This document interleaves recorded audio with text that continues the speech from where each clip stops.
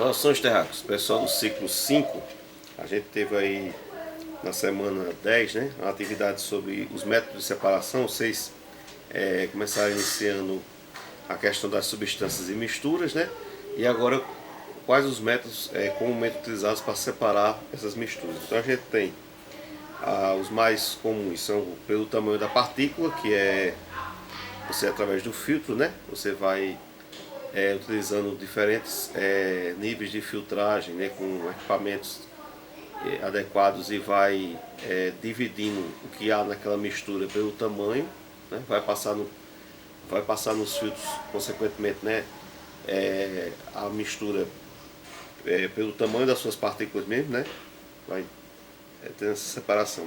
O ponto de ebulição, que é a destilação, né, que é você colocar, isso é muito usado em líquidos, você coloca quando a mistura tem uma dissolução líquida, colocando isso em fervura, como as substâncias que estão lá dentro tem pontos de ebulição diferentes, você acrescenta a essa destilação algum aparelho que vai condensar, e aquilo que for fervendo, se condensando em locais diferentes da aparelhagem lá, você separa com esse método, né? Cada um vai ter seu ponto de fervura, porque o ponto de ebulição em momentos diferentes, e vai fazendo essa separação. Também tem ela pode ser feita simples, quando você tem sólido com líquido, no caso, por exemplo, de água com açúcar. Você, ao colocar na destilação, a água vai ferver, né? Vai ter uma ebulição diferente do açúcar, o açúcar ficar retido, aquela questão do caramelo.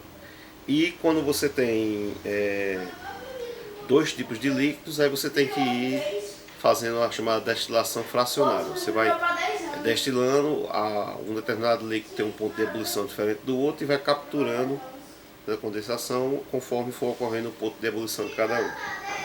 A densidade, que é através da decantação, que é aquilo que o popular diz assentar. Você vai colocar no recipiente adequado para haver a decantação, e aquela parte mais densa do que existe na mistura, ela vai se assentar, né, no fundo do recipiente, separando da outra parte envolvida. Solubilidade, que aí é uma coisa mais técnica, separa as substâncias pela questão do índice de solubilidade, da capacidade de cada um se dissolver em água, né? E também tem métodos mais populares, que é a catação, né? O pessoal usa muito isso concomitantemente, né, ao mesmo tempo com outros instrumentos, por exemplo, a peneiração, que se usa muito para separar partículas de ouro, por exemplo, nos garimpos. Você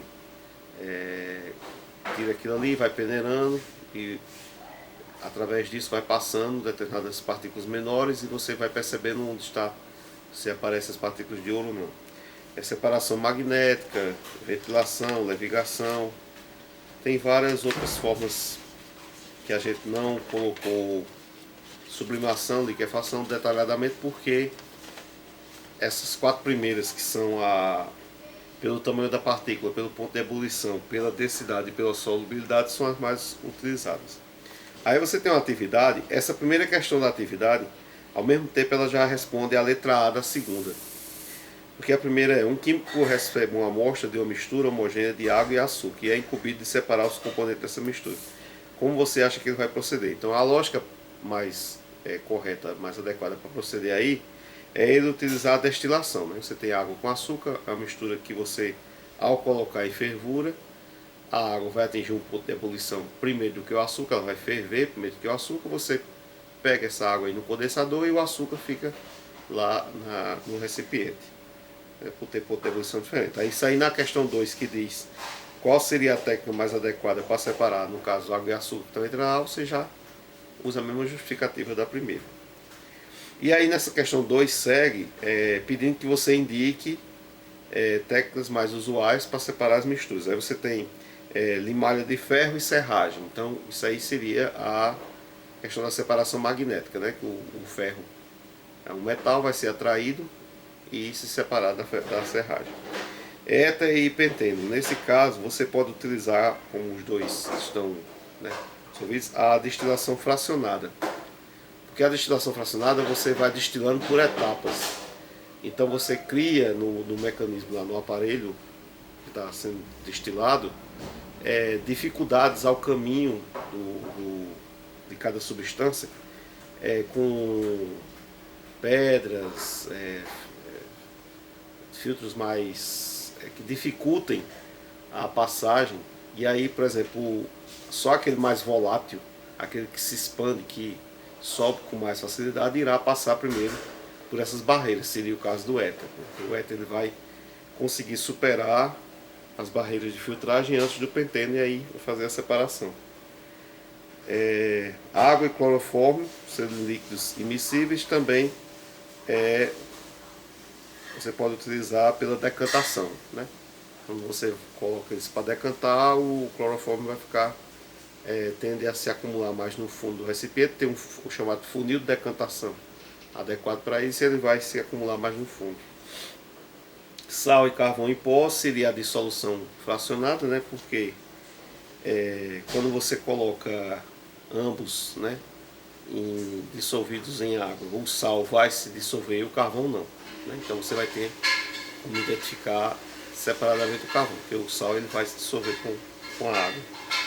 E sal e naftalina em pó, o mais adequado seria, desculpe, por sublimação, porque a naftalina a gente sabe que ela é uma das poucas substâncias que sublima.